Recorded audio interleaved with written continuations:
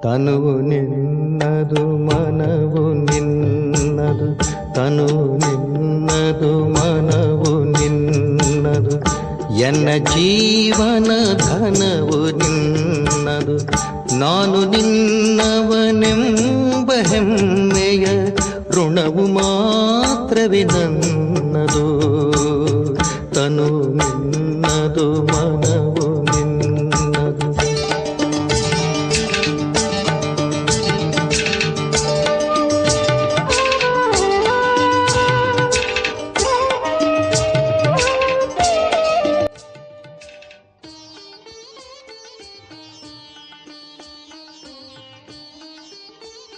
ಓಂ ಶಾಂತಿ. ದಿನಾಂಕ 10/8/2026 ಪ್ರಾತಃ ಮುರಳಿ.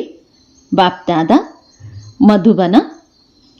ಮಧುರ ಮಕ್ಕಳೇ, ತಂದೆ ಹೇಗೆ ಅಪಕಾರಿಗಳ ಮೇಲೂ ಉಪಕಾರ ಮಾಡುವರೋ ಹಾಗೆಯೇ ನೀವು ಸಹ ತಂದೆಯನ್ನು ಅನುಕರಣೆ ಮಾಡಿ ಸುಖದಾಯಿಯಾಗಿರಿ.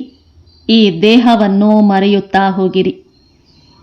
ಶಿವ ಭಗವಾನು ವಾಚ: ಸರ್ವಶ್ರೇಷ್ಠ ಬೇಹದ್ದಿನ ತಂದೆಯ ಸಮ್ಮುಖದಲ್ಲಿ ನೀವೆಲ್ಲ ಮಕ್ಕಳು ಕುಳಿತುಕೊಂಡಿದ್ದೀರಿ. ನೀವೆಷ್ಟು ಭಾಗ್ಯಶಾಲಿಯಾಗಿರುವಿರಿ. ಯಾರಿಗೆ ಅಂತಹ ತಂದೆ ಸಿಕ್ಕಿದ್ದಾರೆ? ನೀವು ಜ್ಞಾನಸಾಗರ ತಂದೆಯ ಬಳಿ ಜ್ಞಾನ ರತ್ನಗಳಿಂದ ಜೋಳಿಗೆ ತುಂಬಿಸಿಕೊಳ್ಳಲು ಸಂಪಾದನೆ ಮಾಡಿಕೊಳ್ಳುವುದಕ್ಕಾಗಿ ಬಂದಿದ್ದೀರಿ. ತಂದೆ ನೀವು ಮಧುರಾತಿ ಮಧುರ ಮಕ್ಕಳನ್ನು ಎಷ್ಟೊಂದು ಶ್ರೇಷ್ಠ ಮಟ್ಟಕ್ಕೆ ಕರೆದುಕೊಂಡು ಹೋಗುವರು. ತಂದೆಯಂತೂ ಕೇವಲ ನೀವು ಮಕ್ಕಳನ್ನಷ್ಟೇ ನೋಡುವರು. ಅವರಂತೂ ಯಾರನ್ನೂ ನೆನಪು ಮಾಡೋದಿಲ್ಲ. ಇವರ ಆತ್ಮವಂತೂ ತಂದೆಯ ನೆನಪು ಮಾಡಬೇಕಾಗಿದೆ. ತಂದೆ ಹೇಳುವರು, ನಾವಿಬ್ಬರೂ ನೀವು ಮಕ್ಕಳನ್ನೇ ನೋಡುವೆವು. ನಾನಾತ್ಮನಂತೂ ಸಾಕ್ಷಿಯಾಗಿ ನೋಡಬಾರದು. ಆದರೆ ತಂದೆಯ ಸಂಘದಲ್ಲಿ ನಾನೂ ಸಹ ಇದೇ ರೀತಿ ನೋಡ್ತೇನೆ. ತಂದೆಯ ಜೊತೆಯಲ್ಲಂತೂ ಇರುತ್ತೇನಲ್ಲವೇ? ಅವರ ಮಗುವಾಗಿದ್ದೇನೆ ಅಂದಾಗ ಜೊತೆಯಲ್ಲಿದ್ದು ನೋಡ್ತೇನೆ. ನಾನು ವಿಶ್ವದ ಮಾಲೀಕನಾಗಿ ಪರಿಕ್ರಮಿಸುತ್ತೇನೆ. ಹೇಗೆಂದರೆ, ಇದನ್ನು ನಾನೇ ಮಾಡ್ತೇನೆ, ನಾನು ದೃಷ್ಟಿ ಕೊಡ್ತೇನೆ. ಇದರಲ್ಲಿ ದೇಹ ಸಹಿತ ಎಲ್ಲವನ್ನೂ ಮರೆಯಬೇಕಾಗುವುದು. ಉಳಿದಂತೆ ತಂದೆ ಮತ್ತು ಮಗು ಹೇಗೆ ಒಂದಾಗ್ತಾರೆ. ಅದಕ್ಕಾಗಿ ತಂದೆ ತಿಳಿಸ್ತಾರೆ, ಮಧುರ ಮಕ್ಕಳೇ, ಬಹಳ ಚೆನ್ನಾಗಿ ಪುರುಷಾರ್ಥ ಮಾಡಿರಿ. ಹೇಗೆ ತಂದೆ ಅಪಕಾರಿಗಳ ಮೇಲೂ ಉಪಕಾರ ಮಾಡುತ್ತಾರೆಯೋ ಹಾಗೆಯೇ ನೀವು ಫಾಲೋ ಫಾದರ್ ಮಾಡಿರಿ. ಸುಖದಾಯಿಯಾಗಿರಿ. ಪರಸ್ಪರರಲ್ಲಿ ಎಂದಿಗೂ ಸಹ ಜಗಳ ಹೊಡೆದಾಟ ಮಾಡಬಾರದು. ತಮ್ಮನ್ನು ಆತ್ಮನೆಂದು ತಿಳಿದುಕೊಂಡು ಈ ದೇಹವನ್ನು ಮರೆಯುತ್ತಾ ಹೋಗಿ. ಒಬ್ಬ ತಂದೆಯ ಹೊರತು ಮತ್ಯಾರೂ ನೆನಪಿಗೆ ಬರಬಾರದು. ಇದೂ ಸಹ ಹೇಗೆಂದರೆ ಬದುಕಿದ್ದಂತೆಯೇ ಸಾಯುವ ಸ್ಥಿತಿಯಾಗಿದೆ. ಈ ಪ್ರಪಂಚದಿಂದ ಸತ್ತು ಹೋದಂತೆ. ಇದಕ್ಕಾಗಿ ಹೇಳುವರು, ತಾವು ಸತ್ತರೆ ಇಡೀ ಜಗತ್ತೇ ಸತ್ತಂತೆ. ಇಲ್ಲಿ ನೀವು ಬದುಕಿದ್ದಂತೆಯೇ ಸಾಯಬೇಕಾಗಿದೆ. ಶರೀರದ ಪರಿವೆಯಿಂದ ಹಾರುತ್ತೀರಿ. ಏಕಾಂತದಲ್ಲಿ ಕುಳಿತುಕೊಂಡು ಅಭ್ಯಾಸ ಮಾಡುತ್ತೀರಿ. ಬೆಳಗ್ಗೆ ಏಕಾಂತದಲ್ಲಿ ಕುಳಿತುಕೊಂಡು ತಮ್ಮೊಂದಿಗೆ ಮಾತನಾಡಿಕೊಳ್ಳಿ. ಬಹಳ ಒಲವಿನಿಂದ ತಂದೆಯ ನೆನಪು ಮಾಡಿ, ಬಾಬಾ, ಈಗೀಗ ನಾವು ತಮ್ಮ ಮಡಿಲಿಗೆ ಬಂದೆವು ಅಷ್ಟೆ. ಒಬ್ಬರ ನೆನಪಿನಲ್ಲಿಯೇ ಶರೀರದ ಅಂತ್ಯವಾಗಲಿ ಅಷ್ಟೆ. ಇದಕ್ಕೆ ಏಕಾಂತವೆಂದು ಹೇಳಲಾಗ್ತದೆ. ತಂದೆಯ ನೆನಪು ಮಾಡ್ತಾ ಮಾಡ್ತಾ ಈ ಶರೀರವೆಂಬ ಪೊರೆ ಬಿಟ್ಟು ಹೋಗುವುದು. ನೀವು ತಿಳಿದುಕೊಂಡಿದ್ದೀರಿ, ಇದು ಹಳೆಯ ಪ್ರಪಂಚ, ಹಳೆಯ ದೇಹ ನಶಿಸಿ ಹೋಗುವುದು. ಬಾಕಿ ಪುರುಷಾರ್ಥಕ್ಕಾಗಿ ಸ್ವಲ್ಪವೇ ಸಂಗಮದ ಸಮಯವಿದೆ. ಮಕ್ಕಳು ಕೇಳುವರು, ಬಾಬಾ, ಈ ವಿದ್ಯಾಭ್ಯಾಸ ಎಲ್ಲಿಯವರೆಗೆ ನಡೆಯುವುದು? ಬಾಬಾರವರು ಹೇಳುವರು, ಎಲ್ಲಿಯವರೆಗೆ ದೈವಿ ರಾಜಧಾನಿ ಸ್ಥಾಪನೆಯಾಗುವುದು ಅಲ್ಲಿಯವರೆಗೆ ತಿಳಿಸ್ತಾ ಇರ್ತೇವೆ. ನಂತರ ಹೊಸ ಪ್ರಪಂಚದಲ್ಲಿ ವರ್ಗಾವಣೆಯಾಗುವಿರಿ. ಇದು ಹಳೆಯ ಶರೀರವಾಗಿದೆ. ಅಲ್ಪ ಸ್ವಲ್ಪ ಕರ್ಮಭೋಗ ನಡೀತಿರುತ್ತದೆ. ಇದರಲ್ಲಿ ಬಾಬಾರವರು ಸಹಯೋಗ ಕೊಡಲಿ ಎಂಬ ಭರವಸೆ ಇಟ್ಟುಕೊಳ್ಳಬಾರದು. ದಿವಾಳಿಯಾದರೂ ರೋಗಿಯಾದರೂ ಎಂದರೆ ತಂದೆ ಹೇಳುವರು, ಇದು ನಿಮ್ಮ ಲೆಕ್ಕಾಚಾರವಾಗಿದೆ. ಇದಿದ್ದರೂ ಸಹ ಯೋಗದಿಂದ ಆಯುಸ್ಸು ಹೆಚ್ಚಾಗುವುದು. ತಮಗಾಗಿ ಪರಿಶ್ರಮ ಪಡಬೇಕು. ಕೃಪೆ ಬೇಡಬಾರದು. ತಂದೆಯನ್ನು ಎಷ್ಟು ನೆನಪು ಮಾಡುವಿರಿ, ಇದರಲ್ಲಿಯೇ ಕಲ್ಯಾಣವಿದೆ. ಎಷ್ಟು ಸಾಧ್ಯವೋ ಯೋಗ ಬಲದಿಂದ ಕೆಲಸ ತೆಗೆದುಕೊಳ್ಳಿ. ಭಕ್ತಿ ಮಾರ್ಗದಲ್ಲಿ ಮಹಿಮೆ ಮಾಡುವರು ನನ್ನನ್ನು ರೆಪ್ಪೆಗಳಲ್ಲಿ ಗುಪ್ತವಾಗಿಡಿ, ಪ್ರಿಯವಾದ ವಸ್ತುವನ್ನು ಕಣ್ಮಣಿ ಪ್ರಾಣಪ್ರಿಯ ಎಂದು ಹೇಳುವರು. ಈ ತಂದೆಯಂತೂ ಬಹಳ ಪ್ರಿಯವಾಗಿದ್ದಾರೆ, ಆದರೆ ಗುಪ್ತವಾಗಿದ್ದಾರೆ. ಅವರಿಗಾಗಿ ಇಂತಹ ಪ್ರೀತಿ ಇರಬೇಕು, ಅದನ್ನು ಕೇಳಲೇಬೇಡಿ. ಮಕ್ಕಳಿಗಂತೂ ತಂದೆ ತನ್ನ ರೆಪ್ಪೆಗಳಲ್ಲಿ ಗುಪ್ತವಾಗಿಯೇ ಇಡ್ತಾರೆ. ರೆಪ್ಪೆಗಳೆಂದರೆ ಈ ಕಣ್ಣುಗಳದ್ದಲ್ಲ. ಇದಂತೂ ಬುದ್ಧಿಯ ಮಾತಾಗಿದೆ. ಅತಿ ಪ್ರಿಯವಾದ ನಿರಾಕಾರ ತಂದೆ ನಮಗೆ ಓದಿಸುತ್ತಿದ್ದಾರೆ. ಅವರು ಜ್ಞಾನದ ಸಾಗರ, ಸುಖದ ಸಾಗರ, ಪ್ರೀತಿಯ ಸಾಗರರಾಗಿದ್ದಾರೆ. ಅಂತಹ ಅತಿ ಪ್ರಿಯ ತಂದೆಯ ಜೊತೆಗೆ ಎಷ್ಟು ಪ್ರೀತಿ ಇರಬೇಕು. ಅವರು ಮಕ್ಕಳಿಗಾಗಿ ಎಷ್ಟೊಂದು ನಿಷ್ಕಾಮ ಸೇವೆ ಮಾಡ್ತಾರೆ. ನೀವು ಮಕ್ಕಳನ್ನು ವಜ್ರ ಸಮಾನ ಮಾಡ್ತಾರೆ. ಎಷ್ಟೊಂದು ಮಧುರ ತಂದೆಯಾಗಿದ್ದಾರೆ. ಎಷ್ಟೊಂದು ನಿರಹಂಕಾರಿಯಾಗಿ ನೀವು ಮಕ್ಕಳ ಸೇವೆ ಮಾಡ್ತಾರೆ. ಅಂದ ಮೇಲೆ ನೀವು ಮಕ್ಕಳೂ ಸಹ ಅಷ್ಟೇ ಪ್ರೀತಿಯಿಂದ ಸೇವೆ ಮಾಡಬೇಕಾಗಿದೆ. ಶ್ರೀಮತದಂತೆ ನಡೆಯಬೇಕಾಗಿದೆ. ಎಲ್ಲಿಯಾದರೂ ತಮ್ಮ ಮತ ಕಾಣಿಸಿತೆಂದರೆ ಅದೃಷ್ಟಕ್ಕೆ ಗೆರೆಯುಂಟಾಗುವುದು. ಪರಸ್ಪರರಲ್ಲಿ ನೀವು ಮಕ್ಕಳು ಬಹಳ ಬಹಳ ಆತ್ಮಿಕ ಪ್ರೀತಿಯಿಂದಿರಬೇಕು. ಆದರೆ ದೇಹಾಭಿಮಾನದಲ್ಲಿ ಬರುವ ಕಾರಣದಿಂದ ಒಬ್ಬರು ಇನ್ನೊಬ್ಬರಲ್ಲಿ ಆ ಪ್ರೀತಿ ಇರೋದಿಲ್ಲ. ಒಬ್ಬರಿನ್ನೊಬ್ಬರ ಕೊರತೆಗಳನ್ನೇ ತೆಗೆಯುತ್ತಾ ಇರ್ತಾರೆ. ಇಂಥವರು ಹೀಗೆ, ಅವರು ಹೀಗೆ ಮಾಡುವರು. ಯಾವಾಗ ನೀವು ದೇಹಿ ಅಭಿಮಾನಿಯಾಗಿದ್ದೀರಿ ಆಗ ಯಾರಲ್ಲಿಯೂ ಕೊರತೆಗಳನ್ನೇ ತೆಗೆಯುತ್ತಿರಲಿಲ್ಲ. ಪರಸ್ಪರರಲ್ಲಿ ಬಹಳ ಪ್ರೀತಿ ಇತ್ತು. ಈಗ ಪುನಃ ಅದೇ ಸ್ಥಿತಿಯನ್ನು ಧಾರಣೆ ಮಾಡಿಕೊಳ್ಳಬೇಕಾಗಿದೆ. ಮುಂಚೆ ನೀವು ಎಷ್ಟೊಂದು ಮಧುರರಾಗಿದ್ದೀರಿ, ಮತ್ತೆ ಅದೇ ರೀತಿ ಮಧುರ, ಸದಾ ಸುಖ ಕೊಡುವವರಾಗಿರಿ. ದೇಹಾಭಿಮಾನದಲ್ಲಿ ಬರೋದರಿಂದ ದುಃಖ ಕೊಡುವವರಾದಿರಿ. ಆದ್ದರಿಂದ ನಿಮ್ಮಲ್ಲಿ ಆತ್ಮಿಕ ಖುಷಿ ಮಾಯವಾಯಿತು. ಜೀವನವೂ ಸಹ ಚಿಕ್ಕದಾಗಿ ಹೋಯಿತು. ಈಗ ಮತ್ತೆ ತಂದೆ ಬಂದಿದ್ದಾರೆ ನಿಮ್ಮನ್ನು ಸತೋಪ್ರಧಾನರನ್ನಾಗಿ ಮಾಡಿ ಸದಾ ಸುಖದಾಯಿ ಮಾಡೋದಕ್ಕಾಗಿ.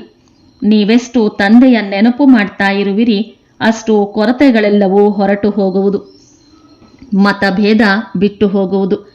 ನಾವಾತ್ಮ ಸಹೋದರ ಸಹೋದರರಾಗಿದ್ದೇವೆ ಎಂಬುದು ಪರಿಪಕ್ವವಾಗಿ ನೆನಪಿರಲಿ. ಆತ್ಮ ಸಹೋದರನನ್ನು ನೋಡೋದರಿಂದ ಸದಾ ಗುಣಗಳೇ ಕಾಣಿಸ್ತವೆ. ಎಲ್ಲರನ್ನೂ ಗುಣವಂತರನ್ನಾಗಿ ಮಾಡುವ ಪ್ರಯತ್ನ ಮಾಡುತ್ತೀರಿ. ಅವಗುಣಗಳನ್ನು ಬಿಟ್ಟು ಗುಣಗಳನ್ನೇ ಧಾರಣೆ ಮಾಡಿಕೊಳ್ಳಿ. ಎಂದಿಗೂ ಯಾರದ್ದೇ ಗ್ಲಾನಿ ಮಾಡಬಾರದು. ಕೆಲವರಲ್ಲಿ ಇಂತಹ ಕೊರತೆಗಳಿವೆ. ಅದನ್ನು ಅವರನ್ನವರೂ ಸಹ ತಿಳಿದುಕೊಳ್ಳಲು ಸಾಧ್ಯವಿಲ್ಲ. ಅವರು ಸ್ವಯಂವನ್ನು ಬಹಳ ಒಳ್ಳೆಯವರೆಂದು ತಿಳಿಯುವರು. ಆದರೆ ಕೊರತೆಗಳಿರುವ ಕಾರಣದಿಂದ ಕೆಲವೊಂದು ಕಡೆ ಉಲ್ಟಾ ಮಾತುಗಳು ಹೊರಬರುತ್ತವೆ. ಸತೋಪ್ರಧಾನ ಸ್ಥಿತಿಯಲ್ಲಿ ಇಂತಹ ಮಾತುಗಳಿರೋದಿಲ್ಲ. ತಮ್ಮನ್ನು ತಾವು ನೋಡಿಕೊಳ್ಳಿ. ನಾನೆಷ್ಟು ಮಧುರನಾಗಿರುವೆನು, ನಮ್ಮ ತಂದೆಯ ಜೊತೆ ಎಷ್ಟು ಪ್ರೀತಿ ಇದೆ. ತಂದೆಯೊಂದಿಗೆ ಈ ರೀತಿ ಪ್ರೀತಿ ಇರಲಿ. ಒಂದೇ ಸಾರಿ ಬುದ್ಧಿಯ ಜೋಡಣೆಯಾಗಲಿ. ಬಾಬಾ ತಾವು ನಮ್ಮನ್ನೆಷ್ಟು ಶ್ರೇಷ್ಠ ಬುದ್ಧಿವಂತರನ್ನಾಗಿ ಮಾಡುವಿರಿ, ಸ್ವರ್ಗದ ಮಾಲೀಕರನ್ನಾಗಿ ಮಾಡುವಿರಿ. ಈ ರೀತಿ ಒಳಗಿಂದೊಳಗೆ ತಂದೆಯ ಮಹಿಮೆ ಮಾಡ್ತಾ ರೋಮಾಂಚನವಾಗಬೇಕು. ಆತ್ಮಿಕ ಖುಷಿಯಲ್ಲಿರಬೇಕಾಗಿದೆ. ಖುಷಿಯಂತಹ ಔಷಧಿ ಇಲ್ಲ ಎಂದೂ ಮಹಿಮೆಯನ್ನು ಮಾಡಲಾಗುತ್ತದೆ. ತಂದೆ ಸಿಕ್ಕಿರುವ ಖುಷಿ ಎಷ್ಟಿರಬೇಕು. ಸಂಗಮದಲ್ಲಿಯೇ ನೀವು ಮಕ್ಕಳಿಗೆ 21 ಜನ್ಮಗಳಿಗಾಗಿ ಸದಾ ಖುಷಿಯಲ್ಲಿರುವ ಔಷಧಿ ಸಿಗುವುದು. ನಂತರ ಯಾರಿಗೂ ಯಾವುದೇ ಚಿಂತೆಯೇ ಇರೋದಿಲ್ಲ. ಈಗಂತೂ ಎಷ್ಟು ಚಿಂತೆಗಳಿವೆ. ಆದ್ದರಿಂದ ಅದರ ಪ್ರಭಾವ ಶರೀರದ ಮೇಲೆ ಬರುವುದು. ನಿಮಗಂತೂ ಯಾವುದೇ ಮಾತಿನ ಚಿಂತೆ ಇಲ್ಲ. ಈ ಖುಷಿಯ ಔಷಧಿಯನ್ನು ನೀವು ಒಬ್ಬರಿನ್ನೊಬ್ಬರಿಗೆ ತಿನ್ನಿಸುತ್ತಾ ಇರಬೇಕು. ಒಬ್ಬರಿನ್ನೊಬ್ಬರಿಗೆ ಈ ಶ್ರೇಷ್ಠವಾದ ಸತ್ಕಾರ ಮಾಡಬೇಕಾಗಿದೆ. ಇಂತಹ ಸತ್ಕಾರ ಮನುಷ್ಯರಿಗೆ ಮಾಡಲು ಸಾಧ್ಯವಿಲ್ಲ. ನೀವು ತಂದೆಯ ಶ್ರೀಮತದಂತೆ ಈ ಸತ್ಕಾರವನ್ನು ಮಾಡುತ್ತೀರಿ.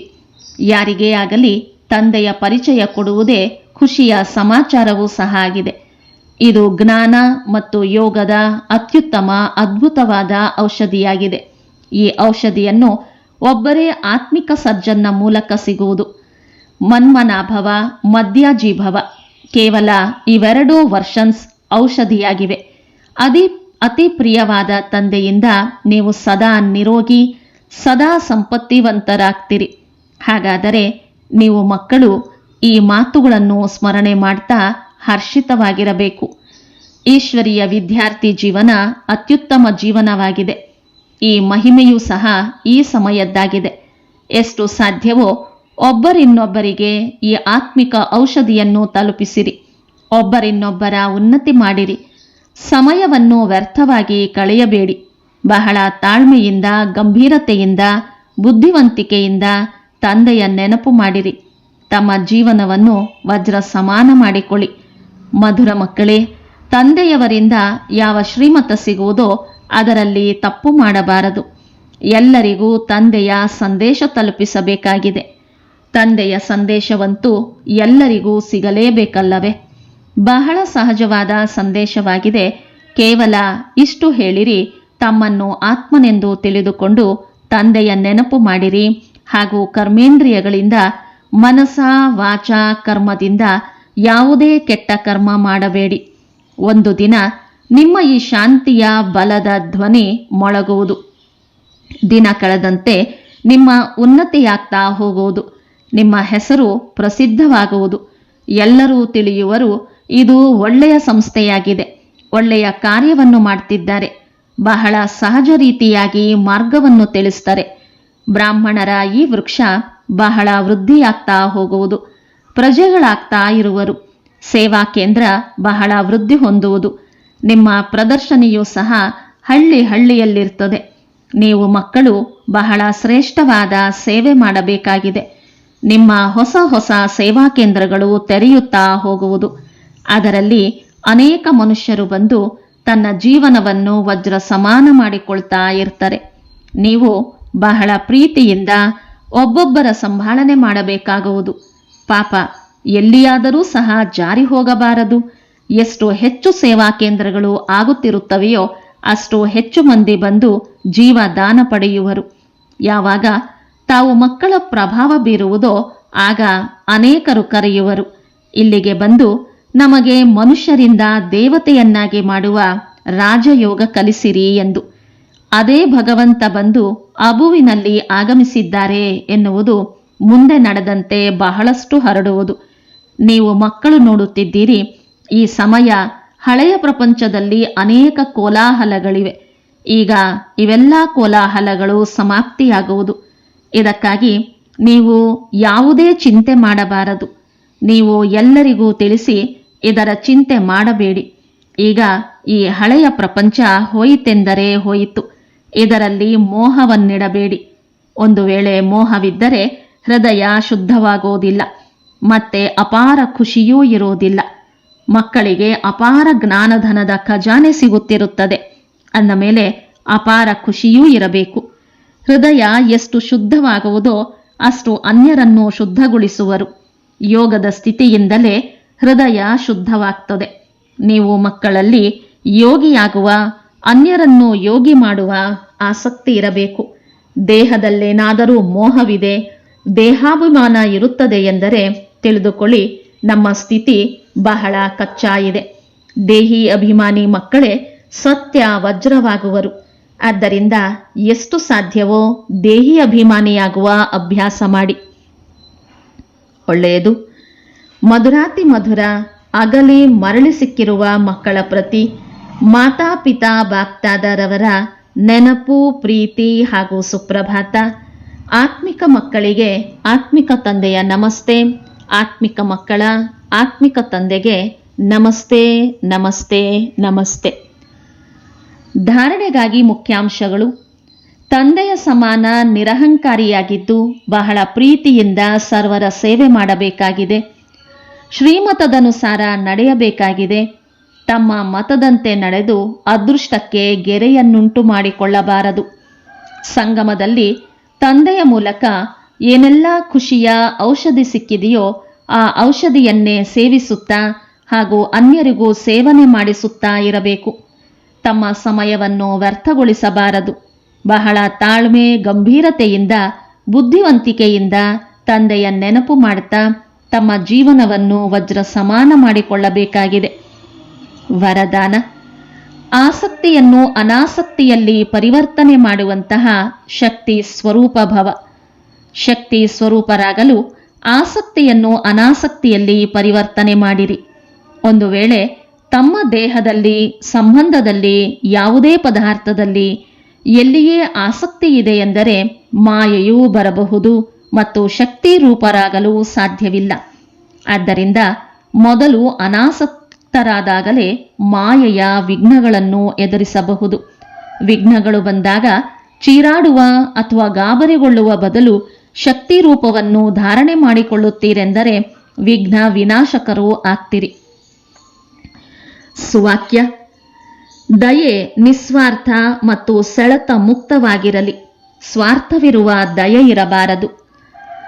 ಮಾತೇಶ್ವರಿಯವರ ಅಮೂಲ್ಯ ಮಹಾವಾಕ್ಯಗಳು. ಜೀವನದ ಆಶೆ ಪೂರ್ಣವಾಗುವ ಸೌಭಾಗ್ಯಶಾಲಿ ಸಮಯ. ಬಹಳ ಸಮಯದಿಂದ ನಾವೆಲ್ಲ ಆತ್ಮರಲ್ಲಿ ಈ ಆಸೆಯಿತ್ತು, ಜೀವನದಲ್ಲಿ ಸದಾ ಸುಖ ಶಾಂತಿ ಸಿಗಲಿ ಎಂದು. ಈಗ ಬಹಳ ಜನ್ಮಗಳ ಆಸೆ ಯಾವಾಗಲಾದರೂ ಪೂರ್ಣವಾಗಬೇಕು. ಈಗ ಇದು ನಮ್ಮ ಅಂತಿಮ ಜನ್ಮವಾಗಿದೆ. ಆ ಅಂತಿಮ ಜನ್ಮದಲ್ಲಿಯೂ ಅಂತ್ಯದ ಸಮಯವಾಗಿದೆ. ನಾನಂತೂ ಈಗ ಚಿಕ್ಕವನು ಎಂದು ಯಾರೂ ಸಹ ತಿಳಿದುಕೊಳ್ಳಬಾರದು. ಕಿರಿಯರು ಹಿರಿಯರೆಲ್ಲರಿಗೂ ಸುಖವಂತೂ ಬೇಕಲ್ಲವೇ? ಆದರೆ ದುಃಖ ಯಾವ ವಸ್ತುವಿನಿಂದ ಸಿಗುವುದು ಎಂಬುದರ ತಿಳುವಳಿಕೆ ಮೊದಲಿರಬೇಕು. ಈಗ ನಿಮಗೆ ತಿಳುವಳಿಕೆ ಸಿಕ್ಕಿದೆ. ಈ 5 ವಿಕಾರಗಳಲ್ಲಿ ಸಿಲುಕೋದರಿಂದ ಕರ್ಮ ಬಂಧನಗಳೇನೂ ತಯಾರಾಗ್ತವೆ. ಅದನ್ನು ಪರಮಾತ್ಮನ ನೆನಪಿನ ಅಗ್ನಿಯಿಂದ ಭಸ್ಮ ಮಾಡಬೇಕಾಗಿದೆ. ಇದಾಯಿತು ಕರ್ಮ ಬಂಧನದಿಂದ ಮುಕ್ತರಾಗುವ ಸಹಜ ಉಪಾಯ. ಈ ಸರ್ವಶಕ್ತಿವಂತ ತಂದೆಯನ್ನು ನಡೆಯುತ್ತಾ ಸುತ್ತಾಡುತ್ತಾ ಶ್ವಾಸದಲ್ಲಿಯೂ ನೆನಪು ಮಾಡಿರಿ. ಈಗ ಈ ಉಪಾಯವನ್ನು ತಿಳಿಸುವ ಉಪಾಯವನ್ನು ಸ್ವಯಂ ಪರಮಾತ್ಮನೇ ಬಂದು ಮಾಡುತ್ತಾರೆ. ಆದರೆ ಇದರಲ್ಲಿ ಪುರುಷಾರ್ಥವನ್ನಂತೂ ಪ್ರತಿಯೊಬ್ಬ ಆತ್ಮನೂ ಮಾಡಬೇಕಾಗಿದೆ. ಪರಮಾತ್ಮನಂತೂ ತಂದೆ, ಶಿಕ್ಷಕ, ಗುರುವಿನ ರೂಪದಲ್ಲಿ ಬಂದು ತಮಗೆ ಆಸ್ತಿ ಕೊಡುವರು. ಅಂದ ಮೇಲೆ ಮೊದಲು ಆ ತಂದೆಯ ಮಕ್ಕಳಾಗಬೇಕು. ನಂತರ ಶಿಕ್ಷಕನಿಂದ ವಿದ್ಯಾಭ್ಯಾಸ ಮಾಡಬೇಕು. ಆ ವಿದ್ಯೆಯಿಂದ ಭವಿಷ್ಯ ಜನ್ಮ ಜನ್ಮಾಂತರದ ಸುಖ ಪ್ರಾರಬ್ಧವಾಗುವುದು. ಅರ್ಥಾತ್ ಜೀವನ್ಮುಕ್ತಿಯ ಪದವಿಯಲ್ಲಿ ಪುರುಷಾರ್ಥದನುಸಾರ ಪದವಿ ಸಿಗುವುದು ಮತ್ತು ಗುರುವಿನ ರೂಪದಲ್ಲಿ ಪವಿತ್ರರನ್ನಾಗಿ ಮಾಡ್ತಾ ಮುಕ್ತಿ ಕೊಡುವರು. ಅಂದ ಮೇಲೆ ಈ ರಹಸ್ಯವನ್ನು ತಿಳಿದುಕೊಂಡು ಪುರುಷಾರ್ಥವನ್ನು ಹೀಗೆ ಮಾಡಬೇಕಾಗಿದೆ. ಇದೇ ಸಮಯದಲ್ಲಿ ಹಳೆಯ ಖಾತೆ ಸಮಾಪ್ತಿಗೊಳಿಸಿ ಹೊಸ ಜೀವನವನ್ನು ರೂಪಿಸಿಕೊಳ್ಳಬೇಕು. ಇದೇ ಸಮಯದಲ್ಲಿ ಎಷ್ಟು ಪುರುಷಾರ್ಥ ಮಾಡಿ ತಮ್ಮ ಆತ್ಮನನ್ನು ಪವಿತ್ರ ಮಾಡಿಕೊಳ್ಳುವಿರಿ ಅಷ್ಟು ಶುದ್ಧ ರೆಕಾರ್ಡ್ ತುಂಬುವುದು. ನಂತರ ಇಡೀ ಕಲ್ಪದಲ್ಲಿ ಅದು ನಡೆಯುವುದು. ಅಂದ ಮೇಲೆ ಇಡೀ ಕಲ್ಪದ ಆಧಾರ ವರ್ತಮಾನ ಸಮಯದ ಸಂಪಾದನೆಯ ಮೇಲೆ ಆಧಾರಿತವಾಗಿದೆ. ನೋಡಿ, ಈ ಸಮಯದಲ್ಲಿಯೇ ನಿಮಗೆ ಆದಿ ಮಧ್ಯ ಅಂತ್ಯದ ಜ್ಞಾನ ಸಿಗುವುದು. ನಾವೇ ದೇವತೆಯಾಗಬೇಕು ಮತ್ತು ತಮ್ಮ ಏರುವ ಕಲೆಯಾಗಿದೆ. ನಂತರ ಅಲ್ಲಿ ಹೋಗಿ ಪ್ರಾರಬ್ಧವನ್ನು ಭೋಗಿಸುವಿರಿ. ಅಲ್ಲಿ ದೇವತೆಗಳಂತೂ ನಾವು ಕೆಳಗೆ ಇಳಿಯುತ್ತೇವೆ ಎನ್ನುವುದು ಗೊತ್ತಿರುವುದಿಲ್ಲ. ಸುಖ ಭೋಗಿಸಿ ನಂತರ ಕೆಳಗಿಳಿಯುತ್ತೇವೆ ಎಂದೇನಾದರೂ ಒಂದು ವೇಳೆ ಗೊತ್ತಿದ್ದರೆ ಕೆಳಗಿಳಿಯುವ ಚಿಂತೆಯಲ್ಲಿ ಸುಖವನ್ನೂ ಅನುಭವಿಸಲು ಸಾಧ್ಯವಾಗುತ್ತಿರಲಿಲ್ಲ. ಅಂದಾಗ ಈ ಈಶ್ವರೀಯ ಕಾಯಿದೆಯನ್ನು ರಚಿಸಲಾಗಿದೆ. ಮನುಷ್ಯ ಸದಾ ಏರುವ ಪುರುಷಾರ್ಥ ಮಾಡುವನು, ಅರ್ಥಾತ್ ಸುಖಕ್ಕಾಗಿ ಸಂಪಾದಿಸ್ತಾನೆ. ಆದರೆ ಡ್ರಾಮಾದಲ್ಲಿ ಅರ್ಧ ಪಾತ್ರ ಮಾಡಲ್ಪಟ್ಟಿದೆ. ಈ ರಹಸ್ಯ ನಾವು ತಿಳಿದುಕೊಂಡಿದ್ದೇವೆ. ಆದರೆ ಯಾವ ಸಮಯದಲ್ಲಿ ಸುಖದ ಸಮಯವಾಗಿರುತ್ತದೆಯೋ ಆಗ ಪುರುಷಾರ್ಥ ಮಾಡಿ ಸುಖ ತೆಗೆದುಕೊಳ್ಳಬೇಕು. ಇದು ಪುರುಷಾರ್ಥದ ವಿಶೇಷತೆಯಾಗಿದೆ. ಪಾತ್ರಧಾರಿ ಪಾತ್ರವನ್ನು ಅಭಿನಯಿಸುವ ಸಮಯವಾಗಿದೆ. ಅವರುಗಳ ನೆನಪಾರ್ಥ ಚಿತ್ರವನ್ನು ಮಹಿಮೆ ಮತ್ತು ಪೂಜಿಸಲಾಗ್ತದೆ. ನಿರ್ವಿಕಾರಿ ಪ್ರವೃತ್ತಿಯಲ್ಲಿದ್ದು ಕಮಲ ಪುಷ್ಪ ಸಮಾನ ಸ್ಥಿತಿಯನ್ನಾಗಿ ಮಾಡಿಸುವುದೇ ದೇವತೆಗಳ ವಿಶೇಷತೆಯಾಗಿದೆ. ಈ ವಿಶೇಷತೆಯನ್ನು ಮರೆಯುವುದರಿಂದಲೇ ಭಾರತದ ಇಂತಹ ದುರ್ದಶೆಯಾಗಿದೆ. ಈಗ ಮತ್ತೆ ಇಂತಹ ಜೀವನವನ್ನು ರೂಪಿಸುವುದಕ್ಕಾಗಿ ಸ್ವಯಂ ಪರಮಾತ್ಮ ಬಂದಿದ್ದಾರೆ. ಈಗ ಅವರ ಕೈಯನ್ನು ಹಿಡಿಯೋದರಿಂದ ಜೀವನದ ದೋಣಿ ಪಾರಾಗುವುದು. ಒಳ್ಳೆಯದು. ಅವ್ಯಕ್ತ ಸೂಚನೆ: ಅಪವಿತ್ರತೆಯ ಬೀಜವನ್ನು ಸಮಾಪ್ತಿ ಮಾಡಿ ಸಂಪೂರ್ಣ ಸ್ವಚ್ಛವಾಗಿರಿ. ನಾನು ಸಂಗಮಯುಗಿ ಬ್ರಾಹ್ಮಣನಾಗಿದ್ದೇನೆ. ಈ ವ್ಯರ್ಥ ಸಂಕಲ್ಪಗಳು ಅಪವಿತ್ರತೆಯ ಸಂಸ್ಕಾರ, ಶೂದ್ರರ ಸಂಸ್ಕಾರ ಅಥವಾ ಸ್ವರೂಪವಾಗಿದೆ. ಈ ರೀತಿ ಅನುಭವ ಆಗಬೇಕು. ಈ ಅಪವಿತ್ರತೆಯ ಹಾಗೂ ವಿಸ್ಮೃತಿಯ ಸಂಸ್ಕಾರ ಇದು ನನ್ನ ಅರ್ಥಾತ್ ಬ್ರಾಹ್ಮಣತನದ್ದಲ್ಲ, ಆದರೆ ಶೂದ್ರತನದ್ದಾಗಿದೆ. ಅವುಗಳನ್ನು ತನ್ನದು ಎಂದು ತಿಳಿಯುತ್ತೀರಿ ಎಂದರೆ ಮಾಯೆಯ ವಶರಾಗಿ ತೊಂದರೆಯಲ್ಲಿ ಬರುತ್ತೀರಿ. ಇಂದಿನ ಮುರಳಿಯ ಪ್ರಶ್ನೋತ್ತರ: ದೇಹಿ ಅಭಿಮಾನಿಯಾಗಿರುವಂತಹ ಮಕ್ಕಳ ಮುಖ್ಯ ಲಕ್ಷಣಗಳು ಏನಾಗಿರುತ್ತವೆ?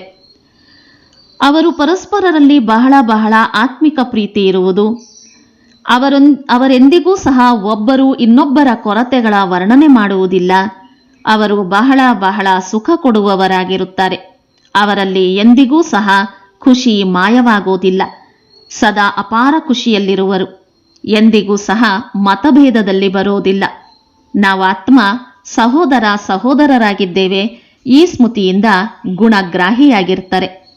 ಅವರಿಗೆ ಎಲ್ಲರಲ್ಲಿ ಗುಣಗಳೇ ಕಾಣಿಸ್ತವೆ. ಅವರು ಸ್ವಯಂ ಸಹ ಗುಣವಂತರಾಗಿರುವರು ಹಾಗೂ ಅನ್ಯರನ್ನೂ ಗುಣವಂತರನ್ನಾಗಿ ಮಾಡುವರು. ಅವರಿಗೆ ಒಬ್ಬ ತಂದೆಯ ಹೊರತು ಮತ್ಯಾರೂ ನೆನಪಿಗೆ ಬರೋದಿಲ್ಲ. ಒಳ್ಳೆಯದು. ಓಂ ಶಾಂತಿ.